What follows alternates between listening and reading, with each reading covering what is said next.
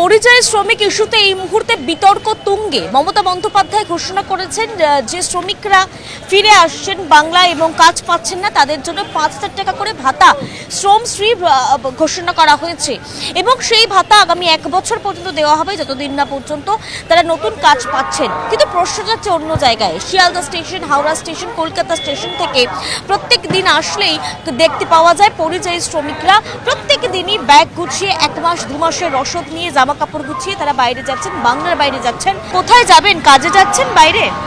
কোথায় যাচ্ছেন? হায়দ্রাবাদ। হ্যাঁ, হায়দ্রাবাদ। হায়দ্রাবাদ। কোথায় থাকেন? কলকাতায় কোথায় থাকেন? উত্তর দিনাজপুর জেলায়। উত্তর দিনাজপুরে। কবে এসেছেন উত্তর দিনাজপুর থেকে? কতদিনের জন্য যাচ্ছেন হায়দ্রাবাদ? যাচ্ছি কিছুদিনের জন্য।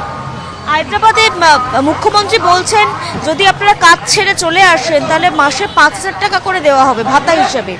৫,০০০ টাকায় কি আদপে চলতে পারে একটা শ্রমিকের? না না, ৫,০০০ টাকা হয় নাকি আবার? কিভাবে দেখছেন এই ভাতা ঘোষণাটাকে?